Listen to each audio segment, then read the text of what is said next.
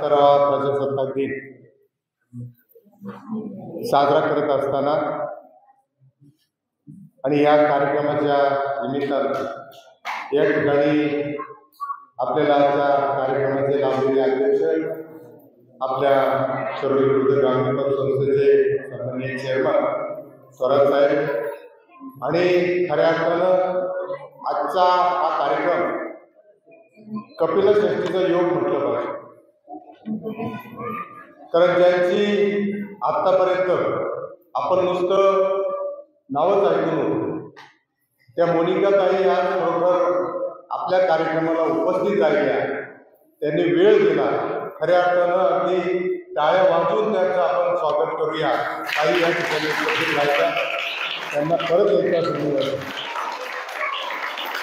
महत्वाचा भाग, व्यासपीठावर सर्वच मान्यवर मंडळी आहेत. मी नामोल्लेख करण्यामध्ये वेळ घालवत नाही, परंतु आज या ठिकाणी आपण सर्वांनी पाहिजे की आपल्या शाळेचे शिक्षक वृंदाने, त्यामध्ये मुख्याध्यापक असतील, त्यांचे सर्व सहकारी असतील आणि त्या माध्यमातून ही आपली मुलं आज जिल्हा स्तरावर जात आहेत.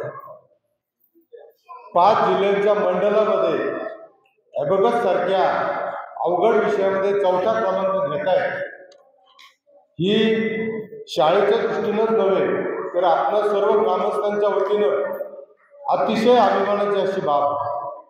मी या निमित्तानं या सर्व आपल्या शाळेच्या मुख्याध्यापक सन्माननीय इंगळे मॅडम, त्यांचे सर्व सहकारी यांना आपल्या सर्वांच्या वतीनं मनापासून धन्यवाद.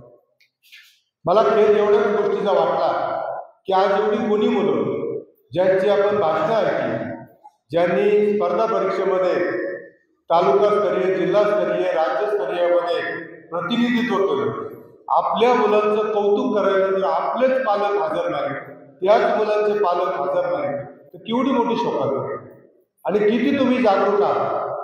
मला ग्रामस्थांना या निमित्तानं विनंती करायची, आपली मुलं लहान वयातच घडली जातात आणि ही घडवत असताना त्यांच्यावर जे काही संस्कार केले जातात, जे काही उपचार केले जातात, त्याच्यामध्ये आपणही कुठंतरी सहभागी असणं गरजेचं आहे आणि त्याच्यातून त्यांच्या आर्थिक पद्धतीची अशी चांगल्या पद्धतीची उन्नती होऊ शकते.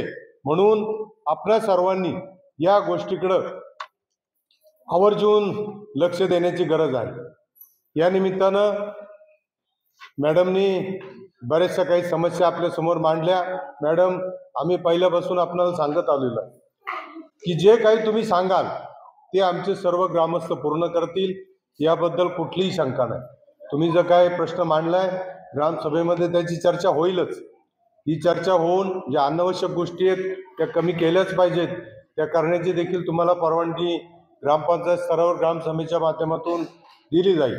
अजूनही काय जर असेल तर ते तुम्ही आम्हाला सांगा, आम्ही ती गोष्ट निश्चितपणानं पूर्ण करण्याचं काम करू. या निमित्तानं या ठिकाणी सुभाष शेट्टींनी जो काही विषय सांगितला, खरोखर खऱ्या अर्थानं आरोग्याचं जागर होणं याच काळाची गरज झालेली आहे आणि म्हणून आपल्याला त्या गोष्टीकडे जास्त महत्त्व देणं अतिशय गरजेचं आहे. वेळही तसा खूप झालेला आहे. आपण सर्वजण ग्रामस्थ या निमित्तानं या ठिकाणी उपस्थित झालात. आपणही सर्व मान्यवर मंडळींनी या निमित्तानं वेळ दिला आणि म्हणून मी आपणा सर्वांना या ठिकाणी मनापासून धन्यवाद देतो आणि माझे 2 शब्द या ठिकाणी समाप्त करतो. जय हिंद, जय महाराष्ट्र.